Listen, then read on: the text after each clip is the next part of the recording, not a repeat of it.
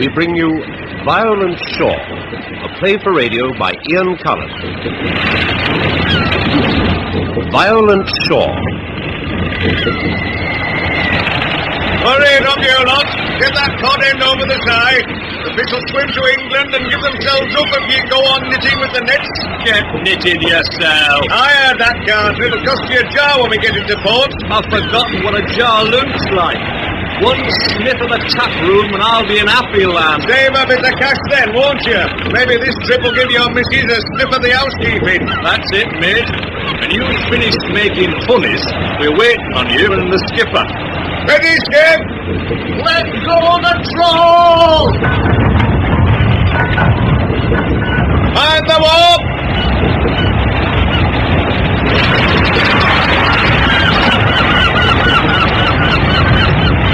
All the way, Skip!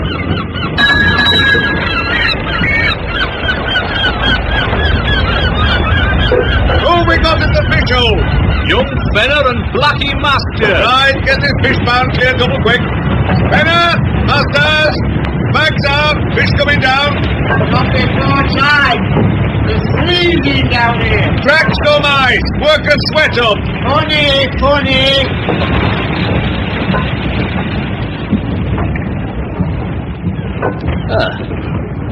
Come in, George. Good kip?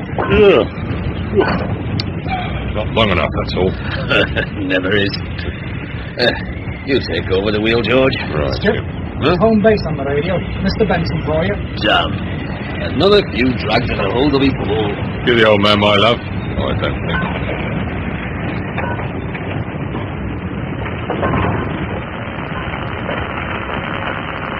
Mr. Benton, sir. Ferraton here. Over. No need to shout, Ferraton. Over. Oh, sorry, sir. What's the score? How soon can you leave? You're the boss. A few more hauls would make for a good catch, though. Over. Scrub it, Ferraton. I want you to leave today for the usual place. Over. Will do, sir. I'll radio our estimated time of arrival from the Menches.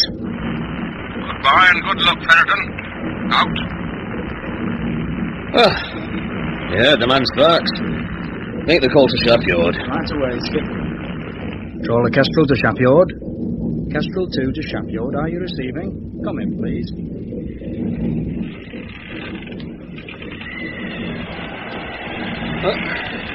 Last track, George. I'll go tell the crew. The hole's not full and we're on the fish, didn't you tell him? Well, Mr. Benton knows what he's doing, George. And he hates argument. Yeah, well, he's the boss, I suppose. Dead right he is. Now, watch the lads perk up when I tell them.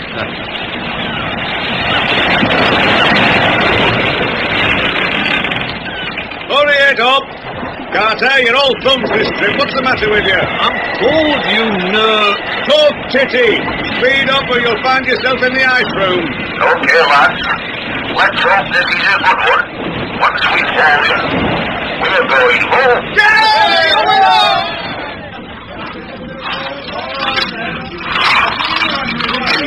What's up then, Blackie? Skipper must have told them they're going home. Well, that's daft. But we're on the fish. Why cut the trick short? Well, I can think of no else that should raise a cheer. In any case, we've now to celebrate, shoveling all this ice. Do you get a lot of short trips with dynasty trawlers? Only when Ferraton's skipper. He must have a nagging missus or something. Oh, lost his nerve. I'd rather have a full hold than a short trip. I need the poundage. I'm getting married soon. You must be crackers. But if you must, get used to short commons. Do yourself a favour in long run if you do. Seems daft to me. Different if we can't find the fish. A day more or less makes no odds, eh? And never question governors, lad. They've got their reasons. Hey, let's get on with Rob, eh? I'm getting famished.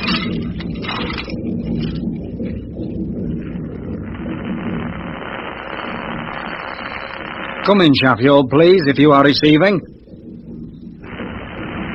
Shapyard receiving you now, Kestrel 2. Go ahead, please. Over. Put me through to our agent, will you? Quick as you like, old man. Immediately. One moment, please.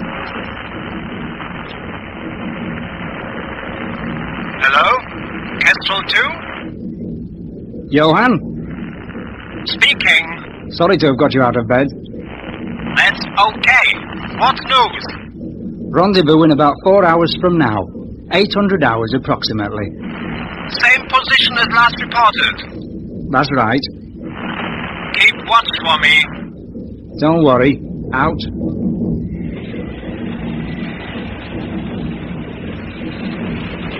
We'll inform Stornoway as late as possible, George. Well, it goes against the grain to abandon the fishing. Agreed, George. But we've orders. Benton has a schedule. All set, Skip. Johann will rendezvous at around 800. Right. George, tell the bosun I want all hands below at breakfast, half an hour before that. And make sure he understands. All hands, bar thee and me. Don't worry, Skip, we'll do. And see that Cookie's out of his bunk and brewed up. Okay, will do.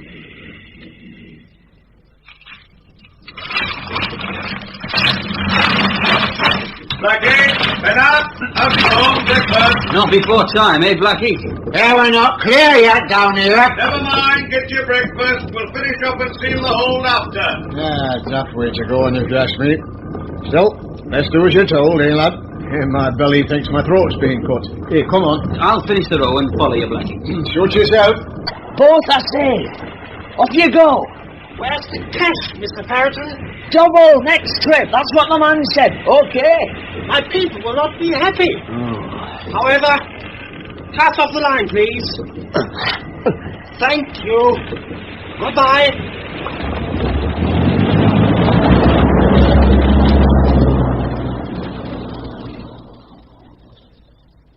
Standard. Get your standard here. Standard. Chogger. Standard. Standard. Evening, Albert. Thanks. Hello, Sergeant. You on nights again, are you? Right, Albert. You'll be a detective yourself, you know that. So, what have you got for us tonight? Nothing local, Gav. Right down Bermondsey way. Thought there was all poos down there, I did. I'll see you tomorrow. Right, Gav. Standard. Standard. Get your standard here. Standard. Richmond Police. Can I help you? Oh, yes, madam. Oh, hey, Mike. Yes, sir. Could you just hold on for a second, madam? What's up now, Sarge? Superintendent Miller wants to see you, Mike. Upstairs. Miller? Stanter. What's up? Trouble? I don't know. You look pretty grim. Oh, what have I done now? Oh, sorry about that, madam. What colour is your budgie? Come in. You wanted me, sir? Yes, Fenner. Come in, will you? Oh, something wrong, sir? Sit down, sir. Just had a report from up north, Grimsby. Oh, yes, sir? You've got a brother up there. Yes, sir, on trawlers. In some sort of trouble, is he? I'm afraid so. Yes. What's the young idiot been up to? We can sort it, can't we, sir? I'm sorry, Fenner. His ship Kestrel 2 has reported your brother lost at sea. I'm very sorry. But that's daft, sir. Well, it happens, as you know very well. But he was raised on boats. I don't have any details. There'll be an inquest, of course, and compensation. Compensation? Or at least the automatic lost at sea payment. Quite substantial, I believe. Oh, yes, sir. Quite. Parents living? No. No, sir, they're both dead. Was he married? He was 19, sir. So, you're next of kin? Yes. Well, I'll arrange leave. You'll be needed at the inquest, and no doubt you'll want to sort out his belongings. He didn't have much, sir. Most of that will be on his ship. Kestrel 2? It was his first trip in that one. Bad luck, eh? Well, that's it then, Fenner. I'll fix the travel warrant and leave. Take as long as you need, but remember that we need you here. Thank you, sir. Oh, and Fenner, you realize that you'll be off your manor, don't you? Leave the detective work to the locals. What detective work, sir? Just do as I say. Yes, of course, sir.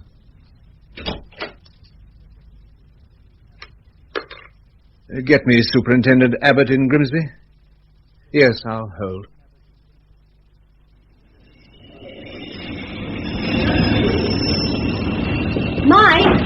Mike, over here. Yeah? Betty! What are you doing here? Woman Police Sergeant McKay. Have I changed so much? The uniform's not a bad disguise. I've been assigned to meet you. After you went south, I felt in need of a change, so took a leaf out of your book, joined the force. When I heard you were coming, I was given the job of making you feel at home. Coincidence? With a little help from my friends. Mike, I'm very sorry to hear about David. Thank you. A horrid business, lost at sea. It's sort of unfinal. I'm afraid it's final, all right. Did you see him up here at all? Around? Hardly to speak to. Fuzz don't make friends easily. I think he was embarrassed. Didn't want his pals to take the mickey out of him. You got a car? Of course. It's good to see you again, Mike. It's been a long time. Yeah. I'm still in shock. But you're the last person and a sergeant. Come on. The car's outside. Do you know what happened, Mike? Very little yet. No witnesses, apparently. The boy just went missing. That night? According to the report, they'd started for home waters. When was he missed? Well, I'm not certain. A chap called Blackie Masters shared a cabin with David. He raised the first alarm. Rings a bell? Big crew from my father years back when I was just a kid. So it's just a straightforward lost at sea, no complications? Unless the owners try to establish suicide. Well, surely they won't do that. Well, it's been known, but unlikely. No evidence either way. I should think they'll pay up quickly and quietly to get the whole thing forgotten as soon as possible. Was it a rough trip? About average. Nothing special either way, according to the skipper's log. Is the Kestrel still in dock? Arrived this morning. One of our chaps went on board and asked all the usual questions. Pretty hopeless, though. All he managed to do was confirm the radio reports and clear up the timings a bit. He checked the log? Bound to. Must have confirmed the radio report or I'd have heard something. Not a very good catch, apparently. The Kestrel left the grounds a day early for some reason. What's the skipper's name, Betty? Ferraton. The first officer is a chap called Appleby. George, I think. Thanks. Do the crew still use the same boat? What do you think? Of course they do. The nearest. Oh, drop me off in Fish Dock Road, will you? Why? Oh, nothing special. Just like a few words, that's all. Do you want me to stay with you? No, thanks. I'll see you at the inquiry. If you'd like me to be there. Yes, I would. Very much. Oh, this'll do, driver. Mike, anything I can do, a drink, a chat, a shoulder to cry on, you know where to find me. I'll remember, Betty. Thanks. We've a lot to catch up on. Oh, thanks for the lift, Sergeant.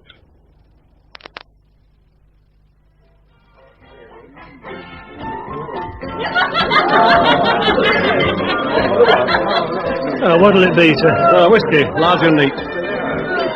Blackie Masters in. Blackie? Oh, aye, in the back.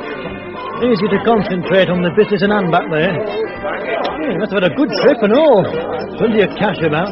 Oh, I heard different. The crew all plus. Well, now you come to mention it.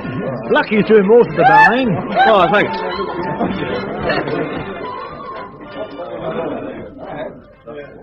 Hello, Blackie. Remember me? Who are you? Mark Fenner. That was knee high last time I saw you. Well, I'm damned. Hey, sit down, son. What you having? Whiskey. 2 more whiskeys, Harry. Not too small. Come in. Get about young David, are you? He was talking about you night he went over, poor kid. Saying what, Blackie? Well, about you being a copper now, up in smoke. Why? Why what? Why was he talking about me? Well, no reason, just talk. I'd forgotten, forgotten he even ever had a brother. That's what happens when you go away south, you get forgotten. 72 pence, Blackie. Here you are, Harry. Have one yourself. No, I'll give it a miss this shout if you don't mind. Suit yourself. A good trip, was it? No, rotten. Well, not bad, I suppose.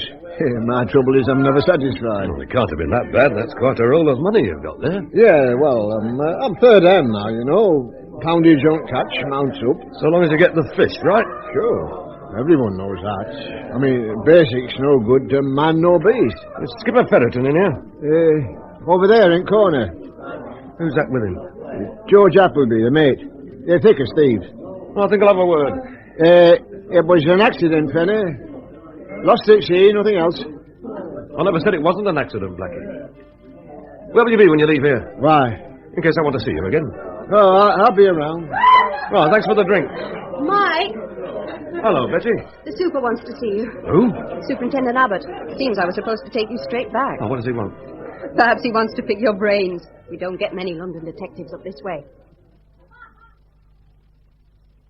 It would have been a courtesy, if nothing else, Fenner, had you reported straight to me. Sorry, sir. I've had your Superintendent Miller on the line. Seems to think you might get yourself into trouble up here. Well, I can't think why, sir. No doubt he knows your capabilities. You're here for the inquiry. That's tomorrow. And then you're to go straight back. I have permission to stay as long as I consider necessary, sir. Why should it be necessary for you to stay beyond the inquiry, Fenner? No reason, sir. I'd just like to ask around a bit, find out what happened out there. Are you telling me you suspect that your brother's death was not an accident? Not really, sir. I'd just like to make sure. Oh, then I'm sorry. I've enough problems as it is without you muddying the waters. You're too involved anyway, Fenner. Any questions that need asking will be asked by the local men. We don't need your assistance. Will they, sir? I mean, will the questions be asked? If anything at the inquiry suggests that further investigation is warranted, yes. The inquiry is a formality, sir. You know that. Are you implying that the witnesses will lie? No, sir. Suggesting the possibility. Once again, have you any reason to make this suggestion? My brother was a good seaman, sir. Took after our father. So are most of the men who sail. You know how many are reported lost at sea each year? Yes. Well, then I suggest you accept your loss and keep your unfounded suspicions to yourself. Otherwise, you'll find yourself in serious trouble. Is that clear? So my brother becomes a statistic. That sounds dangerously like impertinence, Fenner. It's not meant to, sir. Will you be having the inquiry covered? Sir? As you seem determined to make it an issue, I'll be there myself. According to the evidence we've heard this morning from Skipper Ferraton, Mr. Appleby, and others from the crew of Kestrel 2, Who's the girl? the missing man, David Fenner, in Don't know. deckhand on that ship, was She's lost pretty. at sea during the night watch. And while upset. unaccompanied. Catch her as we go out, will you? Was Abbott watching me? Yeah, he'll be in trouble for being here at all, I expect. Might as well compound the felony. Or a deliberate act of self-destruction. It is my decision to record an open verdict on the incident. And I'm instructed to pass on the condolences of Mr. Allan T. Benton, chairman of Dynasty Trawlers Limited, to the friends and relatives of the missing man. This hearing is closed. Now, don't lose the girl. I'll see you later. Right.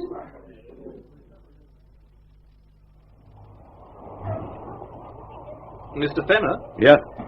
I represent the company's insurers. David Fenner listed you next to Kim. That's right. There should be no problems, Mr. Fenner, over the lost at sea compensation. No, it's automatic. Should you be considering a private action against the owners, I must point out that with the open verdict, there will be some difficulty in establishing negligence. I hadn't thought of taking action against the owners. They'll be glad to hear it, Mr. Fenner. Needless to say, anything that I or they can do to help. I'll let you know. Where shall we send the check, Mr. Fenner? I'll be around for a while. Gossett Hotel. I don't see why, Fenner. Seemed a conclusive hearing to me. Well, a few loose ends to tie up, sir. I don't want to seem hard, Fenner, but Superintendent Miller did stress that you're needed back there. I'll be as quick as I can, sir. A day or so. Who's that girl Sergeant McKay's talking to? I don't know, sir. Just remember, Fenner, these accidents cause enough distress to people without prolonging their suffering with unnecessary questions. Tell Sergeant McKay that. Sorry to intrude, Miss Hope, but we did wonder who you were. David and I were to be married in a few months. Have you met David's brother, Michael Fenner? No, but David talked about him all the time. Very proud of his brother with David. Would you like to meet him? He's here for a day or so. Yes. Yes, I think I would. Oh. Will you excuse me now, please? How about this evening? Gossett Hotel at about 6. All right. I'll try. Pleased to meet you, Skipper. Mr. Appleby? Sorry it had to be my ship, Fenner. Oh, I don't suppose it made much difference. Still my responsibility. Are you staying in Grimsby? Not for long. Oh, good. I'm sure it's healthier to get away. Back to London, eh? You'll forget easier there. Right, Mr. Appleby? Right, Skip. You know, I was surprised not to see Blackie Masters at the inquiry. He told me he was the last to see David alive. I told you that, did he? That must be right, then.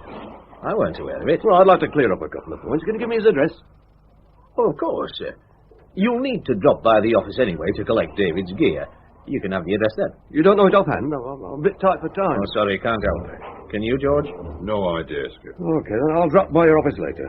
I'd like a word with Mr. Benton anyway. Ah. I'll tell him to inspect you. Bye. Have you found anything, Mike? Would you expect almost anyone in a town this size to know where everyone else lives? Or is it not as small a place as I imagine? Who to know where who lives? A skipper and first mate to know the address of one of their regular third hands. I don't really know. No. Seems odd, though. Oh, who was the girl? Oh, your brother's fiancée, according to her. Seemed pretty cut up. She's meeting us tonight. Good. Now, do me a favour, will you, Betty? Ask round the fish key.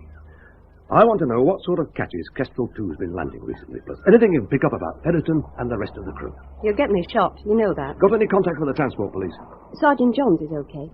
He retires in about 2 months. Well, chat him up on the QT. Tell him I want to know anything out of the ordinary, especially if Kestrel's involved. Can do. Of course I can, and will. Where will you be? Trying to locate Blackie. Then with Mr. Allan T. Benton. Ooh, mixing with the knobs, eh?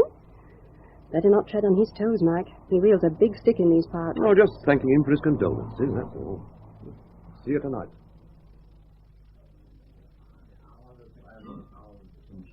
Blackie in? Oh, it's a bit early, chum, even for him. Mind you, this shore leave is not wasting much drinking time. Oh, hard at it, is he? Never seen him like it. And he's a drinker at the best of times. Oh, losing his pals upset him, I reckon. He said much about it, has he? Well, not really. It's funny in a way. It's as though he'd like to talk about it, but won't. You know what I mean? When the whiskey gets him, he starts sort of dropping hints and that. Oh, what sort of hints? Nothing definite. Last night, though, he were bragging about his money.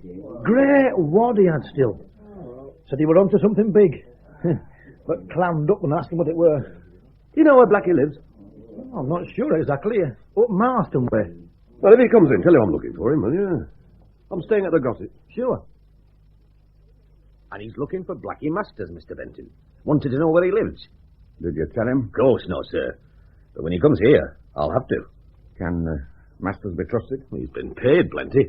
Honestly, Mr. Benton, I had no choice. You didn't pay young Fenner. Not in cash. One over the side is possible. I mean, it happens, but 2 on one trip, and it's a big thing. You know that, Mr. Benton. One's too many by the look of things, Ferraton. What are we going to do? How soon can Kestrel get underway? Well, she's not due out till tomorrow night. Answer the question. A couple of hours, if we can find the crew. Not much for the shore gang to do after the last trip. Right. I'll see to the crew, except Blackie. You and Appleby find him and get him aboard. Make sure he's not seen. Keep him out of sight until you hear from me. Have you got that? Until we hear what, Mr. Benton? Either it's safe for him to come back, or it's not. No, I can't lose another man. Not next time out. No one will know he sailed with Kestrel, unless you get careless. If he needs to be got rid of, I'll put the word about that you sailed without him. With luck, the police will think he's taken off to London or somewhere and start looking for him. If it comes to that, it means they're worried about young Fenner. Well, invent some story of a quarrel between Blackie and Fenner and say you discovered it on this last trip. So, Masters disappears for good, and there'll be no more questions about young Fenner. That's brilliant. Obvious. Just hope it's not too obvious. Will there be any merchandise in this trip? I'll arrange it if I can. I'll speak to Johann tonight and radio instructions out to you. If there is a parcel ready, it's the last one for the time being. Oh, will you tell Johann that? We owe him for the last consignment already. No. You tell him. Huh? In the nicest and cleanest way. If ever we resume the operation, a new contact will be safer anyway. If we don't, I want no potential blackmailers. Not even Icelandic. Right, Mr. Benton. And this time, bring back the fish. A full hold looks less suspicious and keeps the crew happy. There's been some grumbling at the quayside, I'm told. 25. Press on. 24. 23. Sergeant John. 22. Hello, Sergeant. Hello, Sergeant, yourself. You're a stranger down here, aren't you? I know you hate us civvies working on your patch. Even if that were true, Sergeant McKay, and I deny it, there's no reason why you can't drop by occasionally for a chat and a cuppa. Too busy. Should have joined the transport police like you did and settled for an easy life watching the ships go by. Oh, don't you believe it.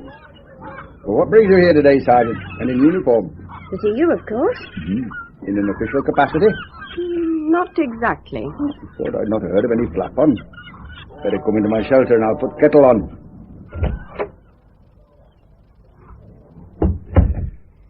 Well, what's the secret? Kestrel 2. What about her? Anything and everything. Gossip, speculation, opinions. Lost a Deckie last trip, didn't they? Something to do with that? A boy called David Fenner. His brother's an old flame of mine. Sergeant, CID in London. Ah, and he's worried, eh? Interesting. Could all be nothing, Sergeant, but Mike, that's the brother. Well, he thinks there's something wrong. Just a hunch, really. May not be a bad one either. There is something? The skipper, Ferraton. Had poor catches lately. Last dozen trips or so. Odd that. Mr. Allan T. Benton would be the first owner to beach a skipper who doesn't bring back the fish. Anything else? Oh, bit of grumbling among the crew. Poor fishing mints in a pay packet. Seems Ferraton's taken to leaving the grounds early, even when he's on fish. Of course, at time, crew think it's a great idea, until they get back to port and find that their money's not much above basic. Has anyone made any guesses about Ferraton? Port says he's lost his nerve. This time of year it can blow a bit off Iceland. You don't believe that, do you, Sergeant? No, we think he's up to something. I didn't watch on his return last couple of trips. Coast Guard, Customs and Excise and our lads. Kestrel steamed straight in and started unloading.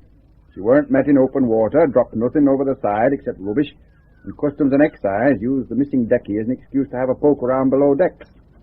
Nothing. Except a poor catch and an early return. Right. Hang on, though. What? Poor catch, aye. Early return. Should have checked that. Well, surely the only point of leaving the fishing grounds early is to get back to port early. Half a tick. Still worth checking. Who are you calling?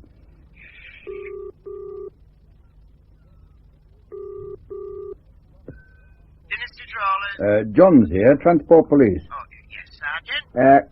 Kestrel 2.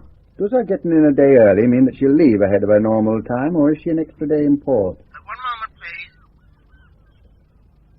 I don't understand the question, Sergeant. Kestrel 2 arrived yesterday morning as scheduled on the boat. She sails tomorrow night after the usual 3 days. Sorry, I forget I asked. I was off duty when she docked. Should know by now not to listen to pub chatter. Thanks. Thank you, Sergeant. Funny, that. I heard. Kestrel 2 left the grounds a day early and docked here on schedule. So, somewhere she lost a day. There was nothing in her log to suggest they had trouble. Can we find out any more? We're going to have a damn good try. Where can I contact you? I'm seeing Mike at 6 at the Gossett Hotel. Where's he now, do you know? Probably at the Dynasty shipping office, collecting his brother's belongings. Right. I'll get on radio and find out what's what. See you later. I've been trying to locate Blackie Masters, Mr. Benton. What he does with his shore time is none of my business, Mr. Fenner. Are you satisfied with the amount of fish Skipper Ferraton's been landing in recent months? Not really. But you've not beached him. Well, everyone can have a bad patch. He'll pull through his. Why kick a good skipper? Well, he's lucky to have such an understanding employer. Do you also pay cruise poundage on uncaught fish? I'm not that understanding. Blackie was pretty flush that night. Not with my money, he wasn't. Well, could Ferraton be working some racket or fiddle without your knowing? Certainly, but unlikely. What did you have in mind? Well, I'm not in a position to say yet, Mr. Benton. Not until I've located Blackie Masters. Well, they'll give you his address downstairs. They did that an hour ago, and I've been out there. Masters was collected by cab a short time before I arrived. By cab? He is throwing his money around, isn't he? If he paid for the cab, yes. Benton? All set, Mr. Benton. You've got these special provisions on board? That's safely stowed. Good. You've got harbour clearance. I fixed that. Good hunting. Keep in touch. Thanks, Mr. Benton. Mr. Fenner, you are understandably upset over your loss, but I suggest that you're allowing your policeman's nose to lead you on a wild goose chase. I'm a busy man, and not responsible for the crews I run, except insofar as they get the fish to port in good condition. Beyond that, I have no interest in their activities, and I'm not prepared to be cross-questioned about them. Do I make myself clear? Yes, Mr. Benton, quite clear. I'm sorry I troubled you. Good afternoon.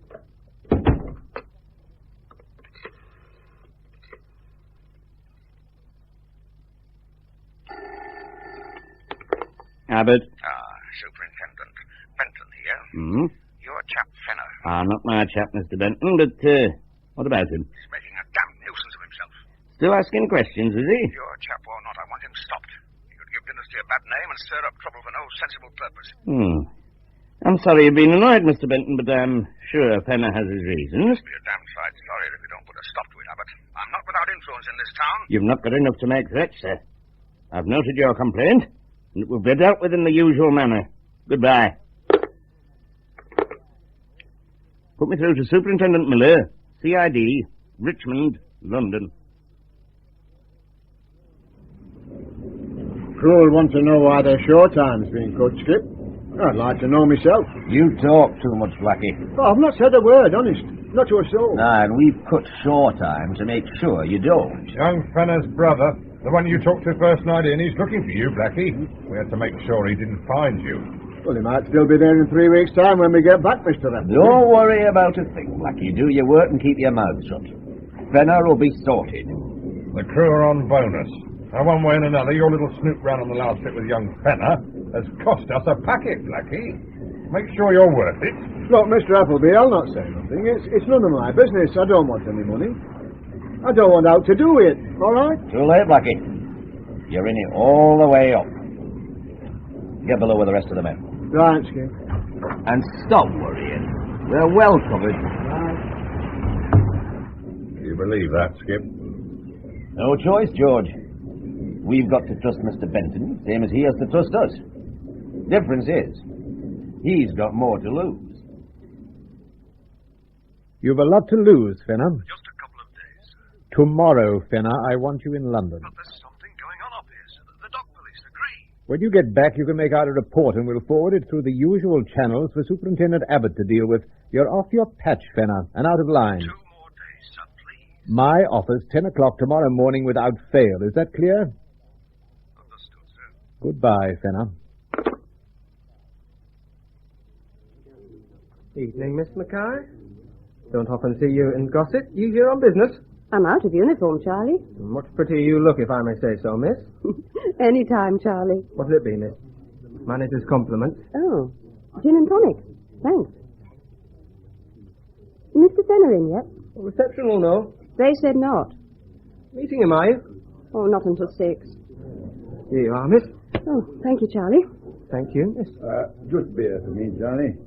What's going on, Mr. Johns? A convention? Oh, you'll ruin my trade, you know. Oh, got a guilty conscience, Johnny. No, but most of my customers have. Must be up to some racket, or they couldn't afford these prices. There you are, Gup. Compliment to the manager. Oh, right, Charlie. Just sit in a corner out of sight, and I'll keep them coming. Okay. Nice to be popular, isn't it, Sergeant McKay? Please, not Sergeant. You'll get me a bad reputation. We'll be very careful, Charlie. When Mr. Fenner arrives, or a Miss Hope, tell them which corner you've hidden us in, will you? Come on, Mr. Johns, before you're recognised. Any news? Enough to rouse my curiosity. Should we wait till your friend gets here?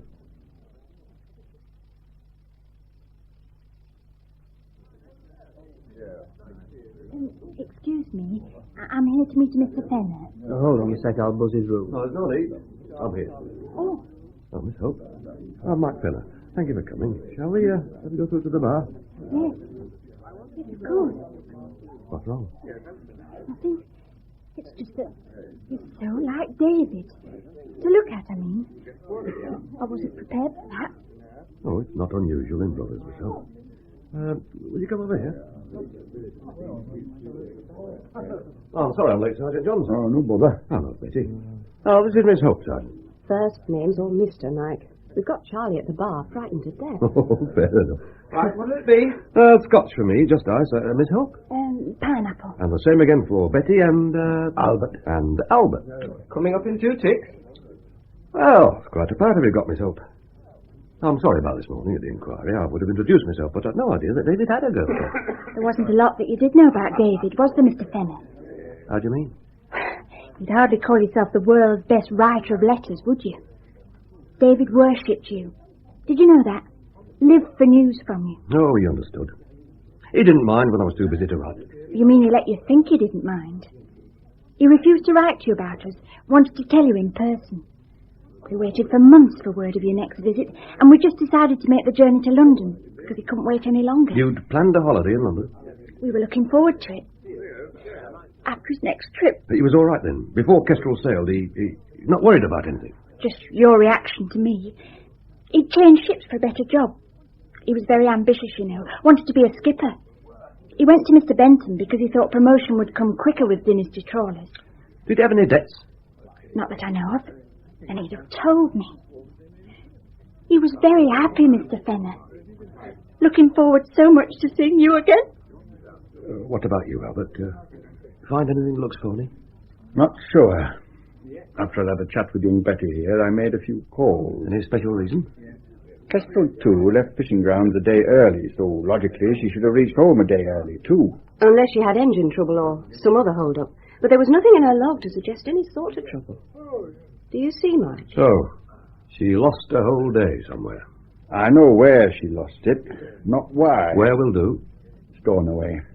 Where's that exactly? Out of Hebrides, Isle of Lewis. On Kestrel's route from the fishing ground? No, quite a detour, in fact. At least 20 hours steaming. So they wouldn't put him there for repairs? No. The excuse was medical attention for the first mate, Appleby. Is that likely? Possible, but not usual. Unless it was very serious. Even then they can radio for a doctor to join ship at sea. Much quicker. Did Appleby have any medical attention after landing here? Nothing more than medicinal brandy, so far as we know. I'll check. Why else would Kestrel put into Stornoway, Albert? I'd be guessing. Then guess. Contraband. Smuggling, you mean? But why Stornoway? It's very small.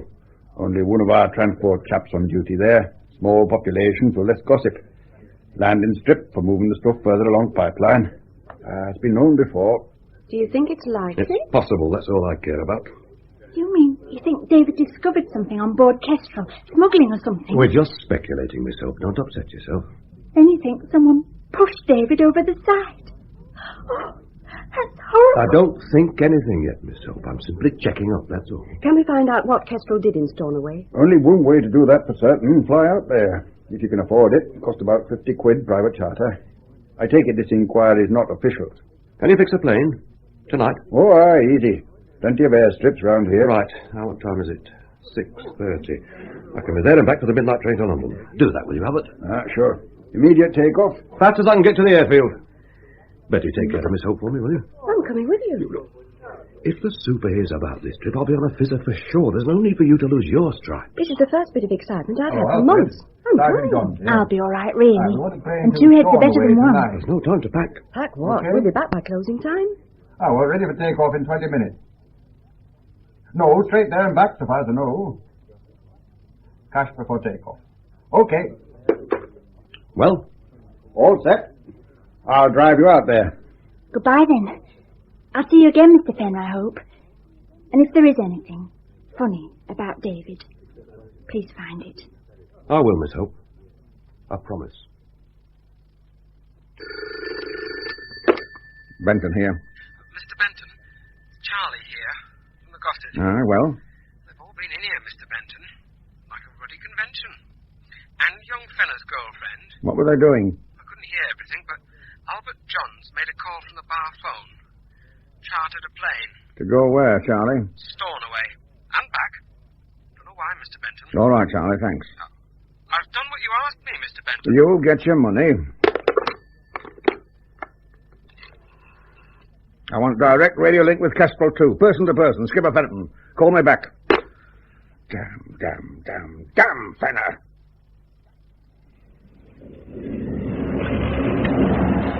Skipper, Mr. Benton's calling. Oh, right. Take over, George. Okay, Skip. Stay here, Sparks, or you might learn what you're not meant to.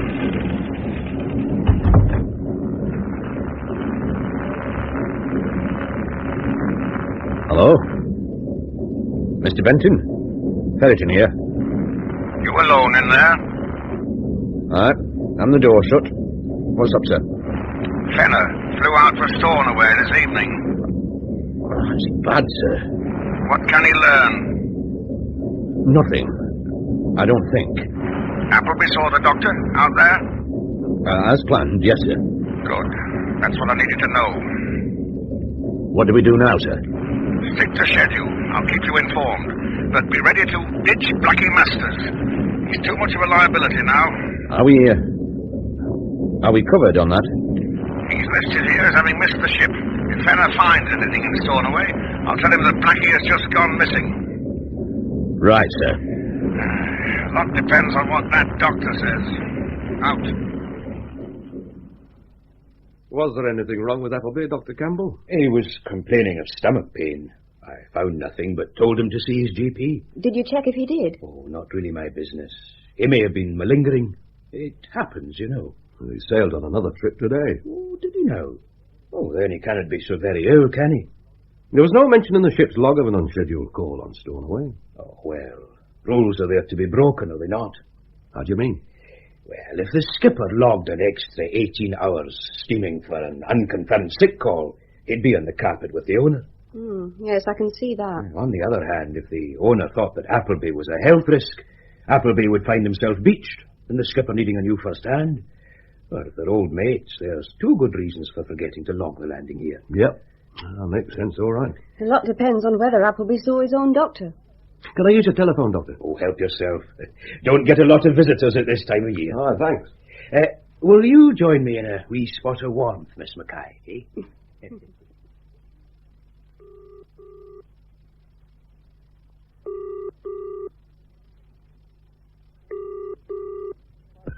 Abbott. Mike Fenner here, sir. Where the hell are you now, Fenner? Stornoway. You've got a nerve, Fenner. I need a bit of help, sir. I'm catching the midnight train back to London. I won't have time to check for myself. Check what? Who George Appleby's GP is and whether Appleby reported stomach pains during his last shore leave. You won't get any assistance from my division unless it is formally requested by your superior officer. Is that clear? Oh, but I'm sir, sending look... a report down to London requesting disciplinary action. Now I want you off my patch and out of my hair. Pompous ass. A dram, Mr. Fenner. I need it.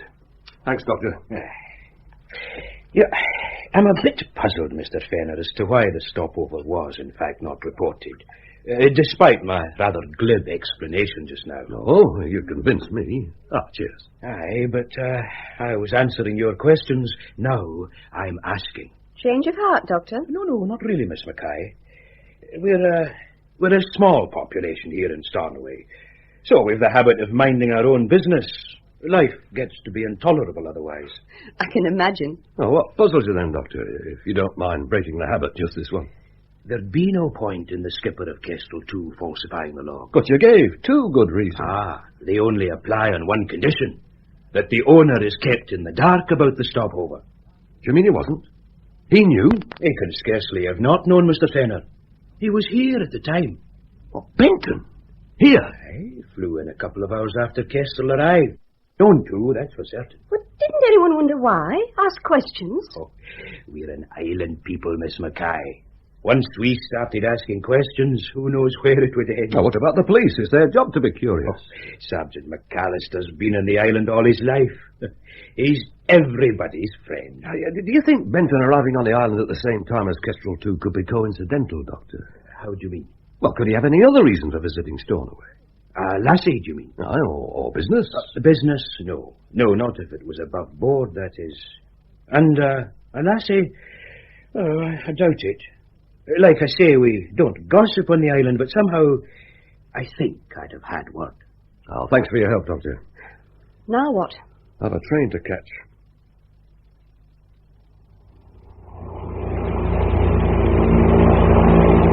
Now what, Mike? Benton? None of my business. Oh, pull the other one. Okay, Sergeant. A few questions here and then back to London. Abbott's not interested. I'll see if my super will do something. Officially. Even as Mr. Benton's representative, I don't really think I should answer any questions at this time of night, Mr. Fenner. Not without Mr. Benton's knowledge. I'm just here to check the ship's in. Well, if Mr. Benton has nothing to hide, why should he object to a few questions? He's a very busy man. That's why I don't want to take up any of his time. Well, the same if I do the wrong thing. I can get the information the hard way with a warrant, or probably by asking round the pubs. All I want to do is to save time and unpleasantness. Just skip a ferret. For the moment. And just the names of any ships he's skippered for Dynasty trawlers. I've no records of other owners. Just Dynasty trawlers. Well, hold on. I'll have to go back a bit. Not too far. I'm short of time. Oh, glad you made it, Fenner. I'm sorry if I caused any trouble, sir. Trouble hasn't started yet. Not properly. You know that Abbott's sending in a complaint against you? I was afraid he might, sir. Do you think it'll go forward?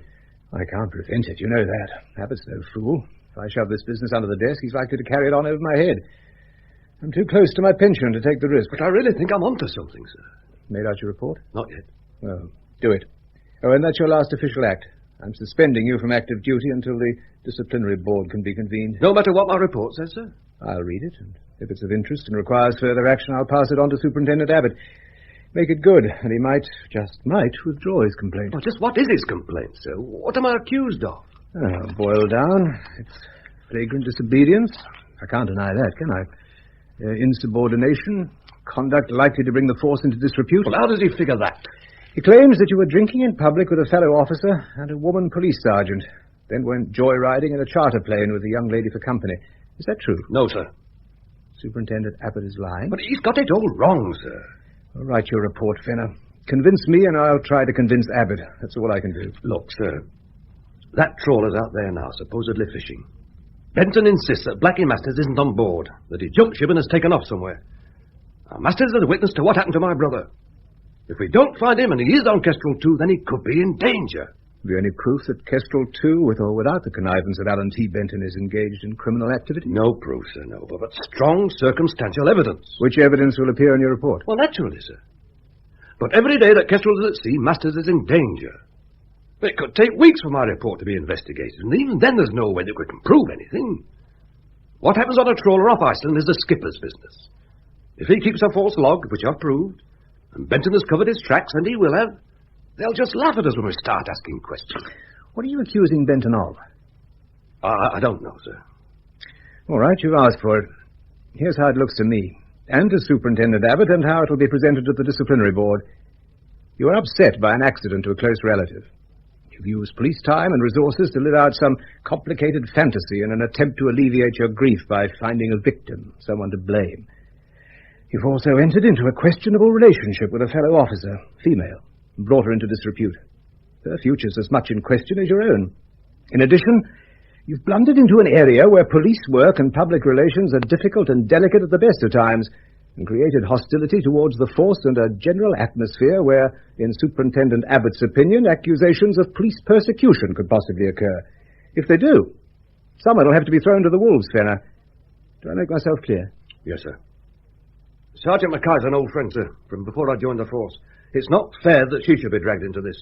Did you force her to board the plane? No, sir. She volunteered? Yes, sir. For friendship's sake?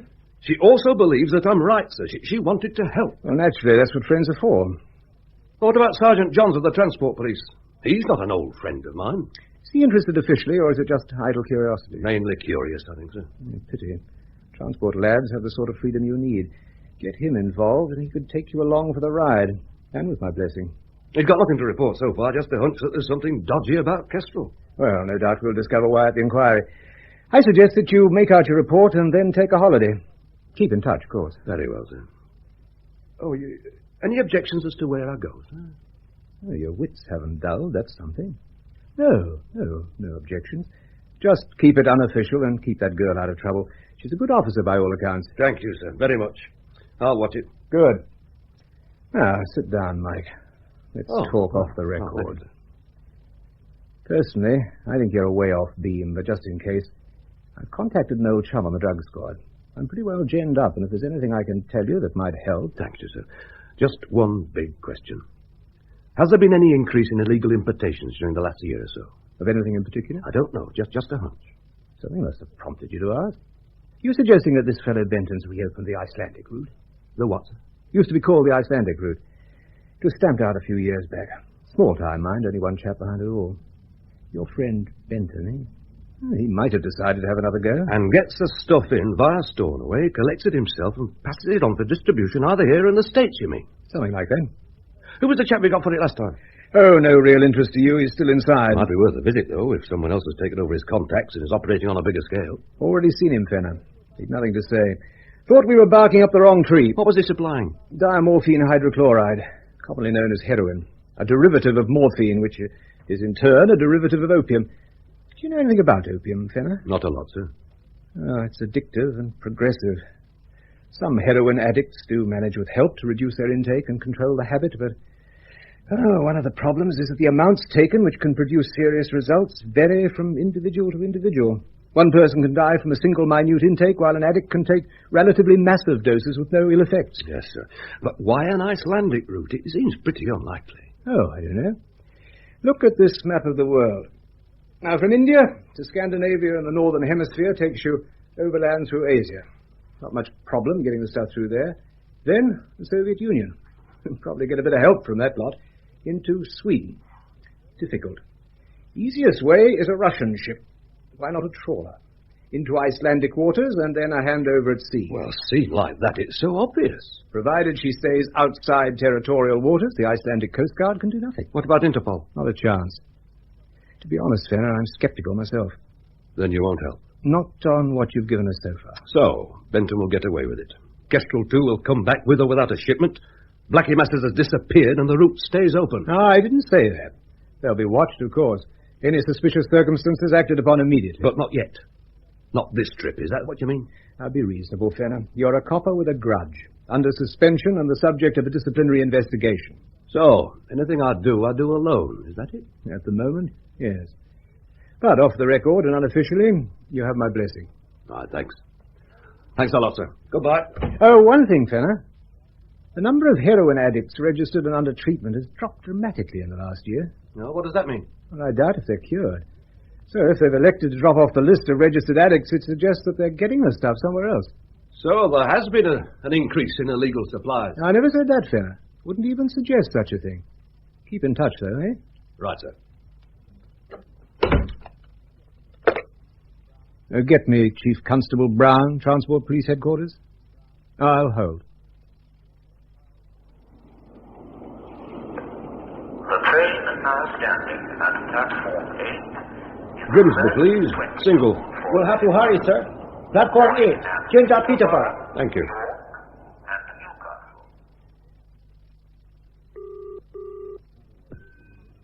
Benton here. Charlie, Mr. Benton. From Gossett. Well, what have we got this time? He's back. In the bar with that woman policeman. Fenner, do you mean? That's right, Mr. Benton. Over in the corner of the bar and talking 19 to a dozen. Thanks, Charlie. I'll attend to it. Bye. Bye, Mr. Benton. So you think Benton's smuggling heroin? I'm not sure, Betty. It seems possible that someone is, and using Kestrel too. And David found out? That's what I'm afraid of. He shared a cabin with Blackie Masters. It would be natural for Blackie to be in the boy's confidence. And you think Masters shot David to the skipper, and then Ferraton lost David over the side? Oh, but it's horrible, Mike. Why else was Masters so flush after a lousy trip? Is all this in your report? No, not yet. But surely it's all very... speculation. The brass think I'm inventing already. If I report it, they'll sit on it until after the inquiry into my conduct. And by then it'll be too late. The pipeline, assuming there is one, will be closed, Masters disposed of, and we'll never get the truth. Then what will you do, Mike? I need to get aboard Kestrel too. Oh, that's not possible. Or we wait here. In which case any contraband will be routed through Stornoway as usual and the ship clean when it docks. Which won't help Blackie Masters if you're right. Or I can wait at Stornoway. If Benton turns up, have him stopped and searched at the airfield before he takes off again. If he was clean, you may as well commit suicide. If I do nothing, I'm dead anyway as far as the force is concerned. What about the Icelandic Coast Guard? Well, supposing we contacted them and they didn't want to know. I know it's unlikely, but I can't take the risk. Any chance of Abbott cooperating if I talk to him? Not in this world. You're public enemy number one as far as he's concerned. You know he's got me on a fizzer. Yes, I heard. I'm sorry. Oh, don't be. I put my own reputation at risk by insisting on making that. No, I should have thought of the implication. Don't worry. My virtue, despite their nasty little official minds, was never at risk. Was it, Mike? Was. And is. I'm glad it was you met me at the station, Betty. In that case, Mike, To hell with their fizzer.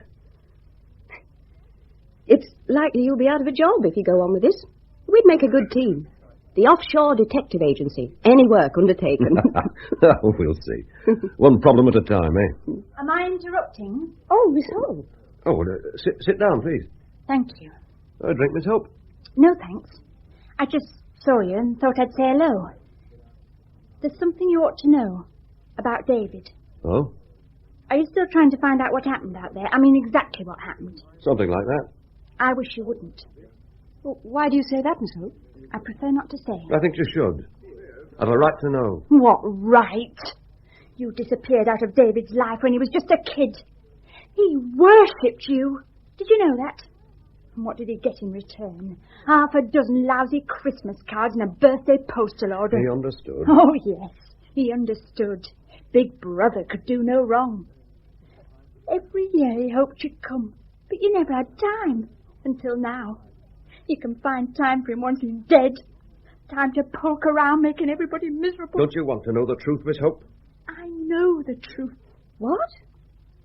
Do you want her to know? It's not pleasant. Shall I go, Mike? Of course not. What truth, Anne? David, your neglected little brother, was an addict. Oh, no. Mainline. Registered. The lot. How long? Since he was 15.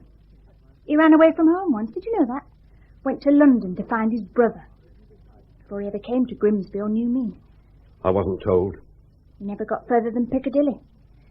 He was nearly 2 months away and nobody knew what happened. When he came back, he was already experimenting, he called it. In 2 years, he was on the hard stuff.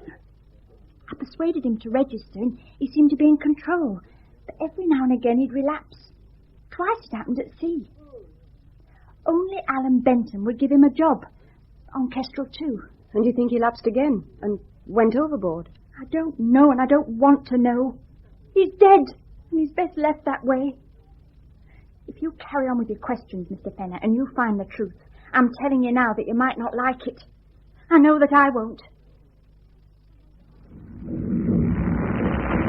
I'm sorry, Mr. Benton. Fishing's not too good so far. Over. Never mind the fish. Start back. Over. But we're not due out of here for days yet. Make your call and get back. Develop engine trouble. Anything you like. What's the flat, Mr. Benton? Fenner. I understand that he's suspended from duty and up here unofficially, but he's still being too nosy for my liking. What about Masters? Lose him. I think I've drawn Fenner's teeth and he'll have no help from Abbott, but I'm not taking a chance. Is that clear? Could be tricky, sir. The weather's mild and there's hardly any sea. Lose him when and where you like, Ferraton, but lose him. Out. Oh, just like that. Easier said than done.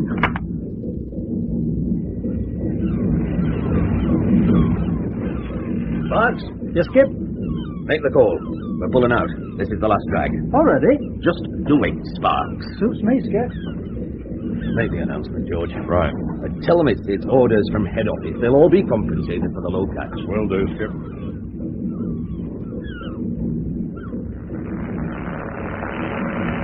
Trawler Kestrel 2 to Shaft Yard. Trawler Kestrel 2 to Shaft Yard. Are you receiving?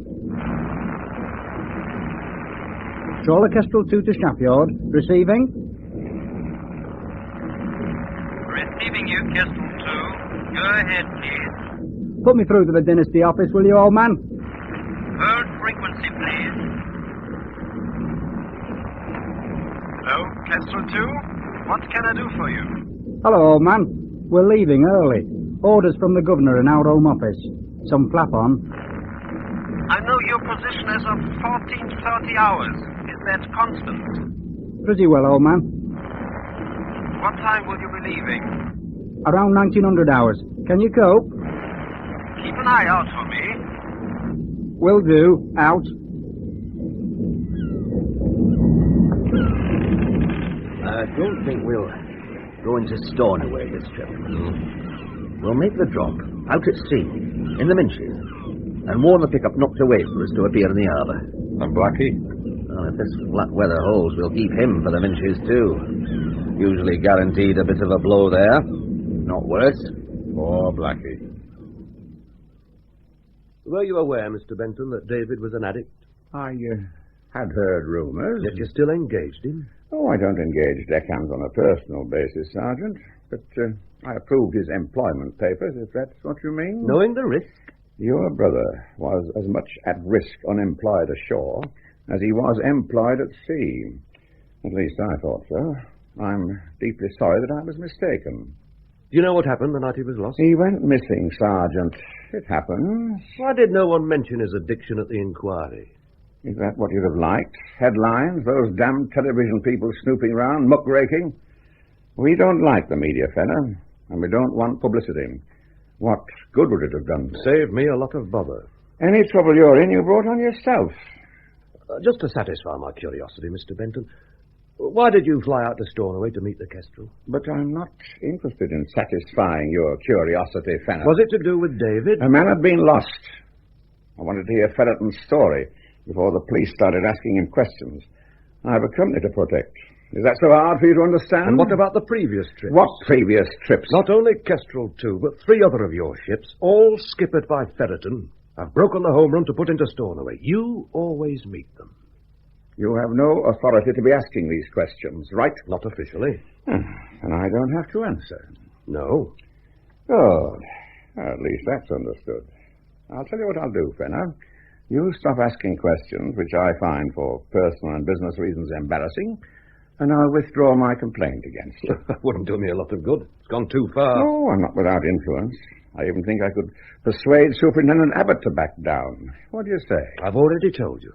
I'm just curious. Good. And that's settled. We'll put all this behind us. You get back to your job and leave me to get on with mine.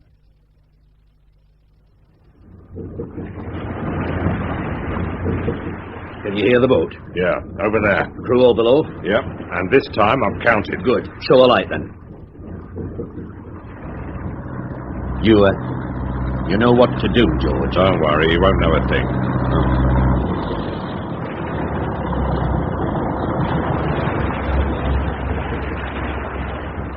Catch the line, please.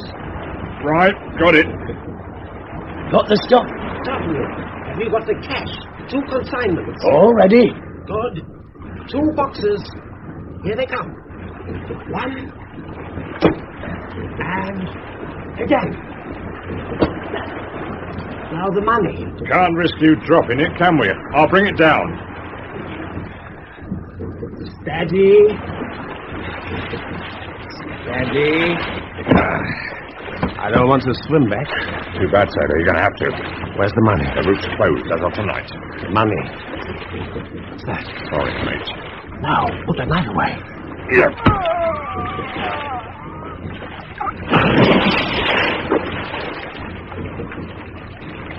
Clean as a whistle. Right. Smash a hole in the boat, and I'll haul you up before she sinks. Sorry.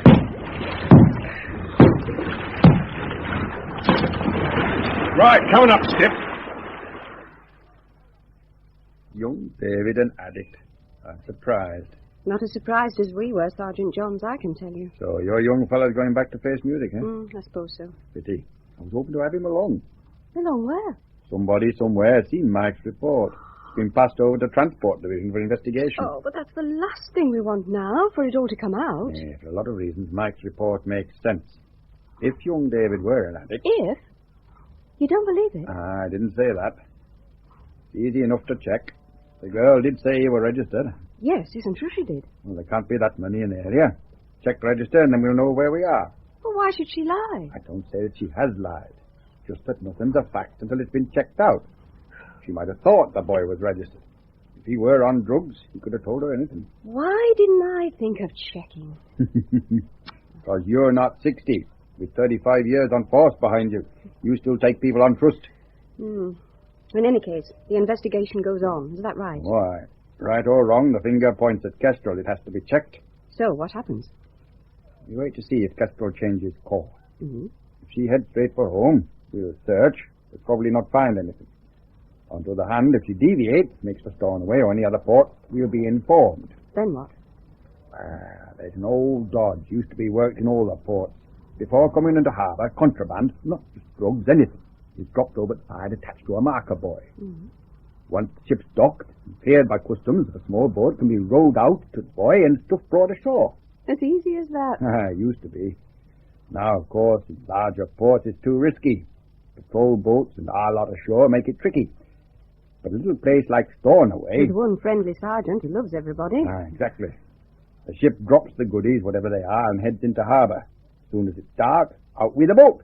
And someone flies in from the mainland, collects, and takes off again. Private plane, private airfield, no one to ask questions. It's so simple. I could have stumbled onto something big. Oh, wait till I tell him. Well, if he wants to see the job through, unofficially, of course, he's welcome, but keep it quiet. What happens? We coordinate with Customs and Excise and the Coast Guard. Castro's being tracked by radio and shadowed by a Coast Guard launch. If she heads for Stornoway, we board her. Hopefully before they can dump anything over the side. Especially Blackie Masters. If Blackie's aboard, I don't fancy his chances. Well, Blackie, you're in trouble. What have I done, Skip? The law are after you. They'll be waiting. Well, why me? Seems that copper from London wasn't happy with some of your answers. If they get you, it could be years inside. If I go down, it won't be alone. Aye. Don't worry. You'll be looked after. But, we've got to get you off this ship. How? The rest of the crew know you're aboard, but no one else does. Not for certain. Tell the lad you're in trouble, and that I've agreed to give you a hand. We'll head for Stornoway, and in the Minches, put you over the side in a light raft. You can reach the mainland easy enough, and then disappear. Understood? But the rest of the lads will have to know. We can't have them thinking you've gone the same way as young Fenner did. What about money? Oh, you'll have enough. In a few months, it'll all have blown over. We'll keep in touch. Right. Hello, tell lads. And, thanks, Skip.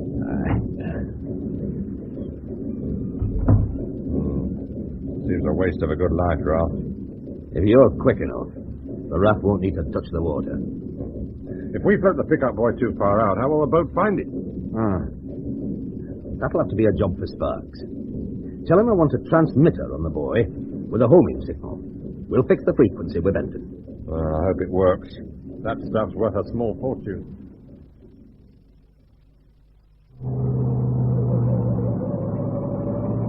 Okay, pilot, let's go. Our helicopter's always this noisy. A bit fussy, aren't you? Oh, what's new, Sergeant? Kestrel has changed course. She's headed for Stornoway.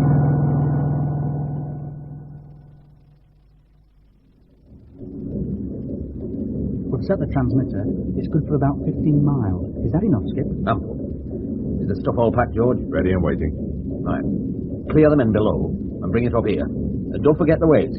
And better get the raft ready. We don't want Blackie worrying too soon. Okay, Skip. At least the water's flat and there's no moon. Did you call Ben? He'll arrive at Stornoway in time to collect, assuming the boat finds the boy without any problems. It had better, Sparks. Let's get out on deck. Hope this damn raft stays afloat. It's guaranteed, Blackie. If it sinks, Dynasty trawlers get their money back. What equipment will I have? Oh, the usual. Sea anchors, bailer, repair kit in case you get a puncture. Distress flares, torch, fishing gear, non-thirst grub for 12 men, fresh water for 12, tin openers, seasickness tablets, and first aid kit. You know, you'll be safer in this than you are on Kestrel. And better fed. And when I get to shore, a burnt lot. That right? Right. We don't want the Coast Guard checking the serial number. It'd be awkward if they trace the raft back to us. All set, George? Yeah, Blackie's ready to leave. Hey, what's that noise? What? Listen. It's a motor launch. There, look.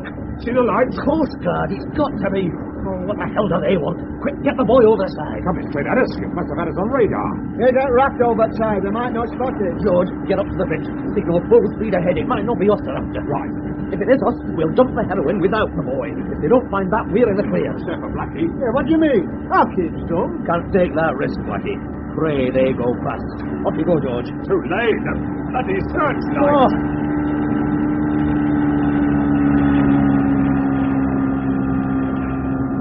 Kestrel 2, this is a fisheries protection vessel, HMS Storm. You are ordered to cut your engines and heave to for inspection. No chance of what I'd give for a Lee Enfield.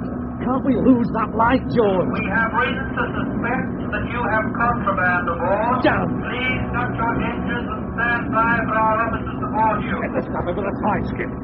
A customs and excise helicopter is approaching your position. Oh, no. Stand by for inspection. We are coming aboard. Get those boxes, George. Over the side. What about Blackie? He can wait. I won't say a word. Keep on it. You've said too many already, Blackie. It's your big mouth that got us into this. When you've got the boxes over the side, George, get Smart to radio Benton for instructions every 2 minutes. I can't help that. If you do not cut your engines, we will be forced to fire across your bow, Kestrel 2. Look! Helicopter already! I'll get the boxes. Come here, Blackie. Oh, no. No, you're not dumping me like you did young Fenner. You've nowhere to go, Blackie. Get on with it, George. Yeah, it's me, Sparks. They're winching somebody down on a cable. Oh, no. All right, George. Leave him. Get the stuff over the side. No good, Ferraton. See if he slows her down. Just keep your mouth shut, Blackie, and you'll be all right. Did you and Benton decide I'm too risky? No chance, Ferraton. I'm going to do what I should have done in first place. The box is skipped. Hold it, Ferraton! Fenner! Right. You've no chance. Just stay where you are, leave those boxes alone. Blackie, what you want to clear this winch cable? I'm going to have a long talk when we get ashore. Okay? Okay by me, Mr. Fenner. I know that nothing. Tried to kill me, they did. Aye, lad. I don't think you'd have made that life raft, even if we hadn't arrived. Benton's not inclined to leave witnesses lying about, Blackie. You should know that. I should, you're right. What happened on that last trip, Blackie? Well, What did young David discover? Well, we're packing fish and told. When skipper announced that we were heading home a day early, nobody minded over much. Those of us as have been out with Ferraton before thought he were up to something, but it were none of our business. Did David suspect anything? I don't think so. It was his first trip with Dynasty trawlers. He talked mostly about you, Mr. Fenner. Thought a lot of you. What happened? Well, at 10 at drag, once straw were inboard, Deckies were all ordered below for snaps and tea. Me and David stayed at hold a bit to finish batch we were stacking. When I left, lad was still at it. He told me later in our cabin what he saw. It was a shoreboat, Blackie, an Icelandic chap. They called him Johann. Forget it, son. Not your business. But why should they be taking boxes on board at night, just before we go home? Did they see you watching? No, I'm sure of it. Just as well. Now, if you want to see Grimsby again, keep your mouth shut. But what was in the boxes? Pieces of 8, I expect. No, they weren't heavy enough. Oh, cool. They've got to be smuggling some at Blackie. Look, son, this isn't your first trip. You know what goes on. Mind your own business. But it could be drugs, Blackie. Look, what's the odds, son? I mean, what does it matter to you? Mike, my brother, the one who's a copper, he'd go mad if I got mixed up in drugs. You're not mixed up in anything, not yet. He'd murder me. Some copper. Where would they hide them? How would I know? Under mattress, I expect. Honest, Blackie, if it's not drugs, I'll forget about it altogether. Whatever it is, it's not your business. It will be when they get caught, and they're bound to eventually. And I'll be an accessory. My brother... Oh, is he back again? He'll find out that I was on board. Look, lad, you're not responsible for what Skipper does. I am if I know about it. That's what Mike will say. You don't know him. For which I'm thankful. And now you know about it as well. Yeah, that's what worries me, son. I don't want to know. But you do. I've told you. Oh, please, Blackie. Please what? This chap they called Johann threw 2 boxes on board. The skipper and Appleby took them below. Where would they put them? I just want to have a look, that's all. What about stowage locker? Was that too obvious for you? Let's go and look. Right now. No chance. I don't care if it's only tin rhubarb in them boxes. I'm stopping here in cabin. Say. Just keep a lookout for me. No. If it's not drugs, I'll drop it. Promise. If it is drugs, you'll be dropped yourself. Straight over the side. Yeah, you want to risk it, suit yourself. I fancy getting home with you. All right. I'll go myself.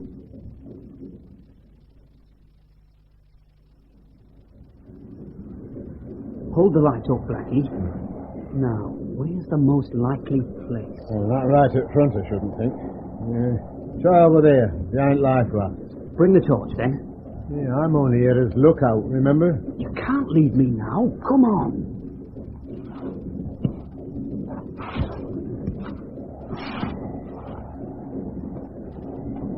Nothing here. I'll try in the corner.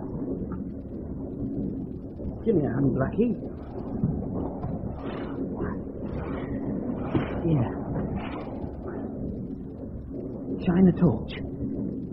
That looks like 'em. Yeah, pass one over. We'll open it up. Here we are. Just an ordinary catch, Blackie. It's not locked. No one will ever know. Well, what is it? I don't know, Blackie. It's white crystals packed in polythene bags. Quite a lot. Heroin's white crystals, that I do know. Well, couldn't it be sugar? I mean, private stuff nowadays, a few pounds might be worth trouble. Don't be daft, Blackie. So, what do we do now, mastermind? Can you use the radio? The radio? What for heaven's sake? To call the Coast Guard. What, here off Iceland? Well, that's where this stuff came from. Now they can have it back. Well, you're balmy, son. They'll impound ship. That's all right. The company will fly us home. If you think that, you're as green as your cabbage looking. Anyway, the radio shack's next to the skipper's cabin. He's bound to hear you. I'll have to risk that. Look, why not wait till we're back home? Once you're ashore, tell the police and forget about it. Good. Telephone your bloody brother. No use, Blackie. They'll have got rid of this lot before we dock somehow or other. It'll be my word against the skippers and Appleby. Now listen, son. If you're caught in that radio shack, what do you think will happen, eh? We've 70 hours rough steaming ahead of us. Plenty of time for you to vanish over side and no questions asked. They'd never dare. Not both of us. I'm not risking it, lad. You try to use that radio, you're on your own. I'm going back to Kip. My advice is forget you ever saw this lot. Let's get it stowed back where we found it, okay? I didn't desert him, Mr. Fenner, honest. I pretended to, and then followed him just to keep an eye on him, like. He broke into a radio shack and tried to work transmitter, and all he got was a lot of static, and noise was too much. Appleby must have been in cabin with Skipper. It was out of there and into a radio shack before I could shout or anything. What the hell do you think you're doing, lad? I'm waiting, and it better be good. It's no use, Mr. Appleby. I've found the stuff. What stuff? In the stowage locker. I said what stuff? Heroin. About 50,000 quid's worth, I should think. So what do you want, son? A cat? I wouldn't touch your filthy money. I'm calling the Coast Guard to have this ship arrested and searched. Hello? Hello, Shannon. Are you hearing me? Oh, I'm sorry you said that, son. Hey! You've done for you, Mr. Appleby. Don't move, Blackie. Answer one question. Are you with us and rich? Or with young Fenner and dead? I've no choice, Mr. Fenner, honest. Well, they'd have done me same as young David. So you threw the body over the side and carried on as normal, eh, Masters? Well, at first I was going to report them as soon as we got into port, but, well, they gave me a lot of money and said what Benton would do to me if I said out. Well, I didn't know what to do. And whatever I did, I couldn't help the boy. He were gone. So, Benton is the governor, is he? So far as I know, yeah. Well, he's taken care of, Mike. He left Ireland as soon as we docked Kestrel and flew back to the mainland. You either trust Ferraton and Appleby and others to take their medicine and keep quiet, or he's planning to clear out. Whichever, you'll not get far. And Anne Hope lied about David being an addict. I wonder why. What can I do for you, Miss McKay? Sergeant McKay. I'm here officially, Miss Hope. Oh? What have I done? Who told you to say that David Fenner was a registered addict? I don't know what you mean. We've checked. It was a stupid lie, Miss Hope. He's on neither the local nor the national register. He's never run away and probably never went near London in his life. Well, Miss Hope. Or would you prefer to talk at the police station to Mike Fenner? Oh, no. No, please, I don't want that. Why did you lie? He said if I told anyone, he'd do terrible things. Allan Benton? You know. Enough. How much did he pay you? £500. And why not? David was dead and I was to get nothing. His precious brother will get compensation, but what about me? Another few weeks and we'd have been married. Mike wouldn't have taken the money, Miss Hope. You had first claim, he knew that. It wasn't just the money. But Mr. Benton told me that David's brother was causing trouble, that he was only after more compensation. It didn't seem fair that Mr. Benton should be taken to court for what must have been an accident. There was no accident, Miss Hope. We know that now. Mike telephoned the station from Stornoway a few minutes ago. Blackie Masters was on board Kestrel and a witness to what happened. David was murdered by the first mate and pushed overboard. Allan T. Benton's been running an illegal trade in heroin for the past 15 months. He hoped you'd throw Mike off the scent by accusing David of being an addict. But for Sergeant Johns, we may never have checked. Allan Benton had David murdered. That's what we'll try to prove. Will you help? Where is he? Get your coat and come down to the station and make a statement. With luck, Benton will be there before long. I want to see his face when he meets you and Blackie Masters. But where is he? En route back from Stornoway by private plane. Empty-handed, but thinking he's got time to spare. He's wrong, of course. Superintendent Abbott will see to that. Evening, Mr. Benton. Superintendent, what are you doing here? Waiting for you, Mr. Benton. Something wrong, Superintendent? Oh, you're no doubt aware that Kestrel, too, has been arrested and certain of the crew taken into custody. Why should I be? Oh, come, Mr. Benton. You've just come from Stornoway. To be honest, I'm surprised to see you here. Whatever Skipper Ferraton's been up to is no concern of mine, Superintendent. We'll see, sir. I have a warrant here which gives me the authority to detain you, and I must ask you to accompany me to the police headquarters for questioning.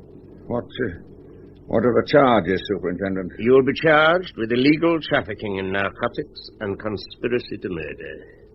I think they'll do to be going on with. And I must caution you that anything you have to say will be taken down and may be used in evidence. Do you wish to say anything at this stage, Mr. Benton? No. Not until my lawyer is present. That will be arranged. The car is over here, if you don't mind, sir. So what now, Mike? Oh, back to the smoke to face the music. Well, surely they won't go ahead with the disciplinary court now. Oh, a fizzer is a fizzer. The fact that I was right won't change the charges. Superintendent Abbott will withdraw the complaint. He might. On the other hand, he has been made to look a bit foolish. He'll look a lot more foolish at the inquiry. Let's hope he thinks of that. Another drink, Mr. Fenner? I don't think so, Charlie. What about you, Betty? Oh, no, thanks. Charlie. Yes, Mr. Fenner? When I arrived here last night, I came straight to the gossips from the station and met Sergeant McKay in this bar. Your bar. Yes, Mr. Fenner? Within minutes, Benton knew that I was here. Any idea how? None whatever. Ah, pity. No, it's odd, but I seem to remember seeing you on the telephone just after I walked in. Not me, Mr. Fenner. I promise. Okay. I can't remember for certain. But if you, by any chance, know anything at all that might help the police with their inquiries on the Benton case, I'll suggest that you report it straight away. Otherwise, my memory of that telephone call might just worry me enough to make me start asking questions. Understood? Oh, yes. I understand, sir. Will that be all? Clear off, Charlie. Aren't you in enough trouble for poking around on someone else's patch? May not be someone else's soon. Whatever happens at my hearing, provided I'm not kicked off the force, I intend to apply for a transfer. There's less opportunity up here. I've lost a lot of ambition. Suppose they say no? I'll resign and join the transport police. Put in for Sergeant Johns' job when he retires. Or maybe even start that agency of ours. What was it called again? The offshore agency. Oh, that's a bit dull. How about the all at sea? Oh. So, we might be seeing more of you. Guaranteed. Good. I'm glad. Now, I'd better report back, or Abbott will be on the rampage again. Thanks to you, I've a long night's paperwork to get through before I see a bed. Keep you out of mischief. Night, and thanks for your help, Sergeant. That was Violent Shore. It was written by Ian Cullen with technical advice from Terry Bottomley. You heard Eric Lander as Mike Fenner and Eva Haddon as Betty McKay. Blackie Masters was played by Malcolm Hayes, Allan T. Benton by Hector Ross, Skipper Ferraton by Michael Deacon, George Appleby by Clifford Norgate, Anne Hope by Helen Fraser, Superintendent Miller, Alan Rowe, Superintendent Abbott, Peter Woodthorpe, Sergeant Johns, Garard Green, and David Fenner, Albert Welling. Dr. Campbell was played by Robert Trotter, Bosun, Michael Shannon, Sparks, Roger Gartland, Johann, Wolf Kahler, Harry, Nigel Lambert, Charlie, Anthony Smee, the insurance agent, Michael St. John, the Board of Trade representative, Peter Whitman, and the Icelandic radio operator, Trader Faulkner. Other parts by members of the cast. Violent Shore was produced by Christopher Venning.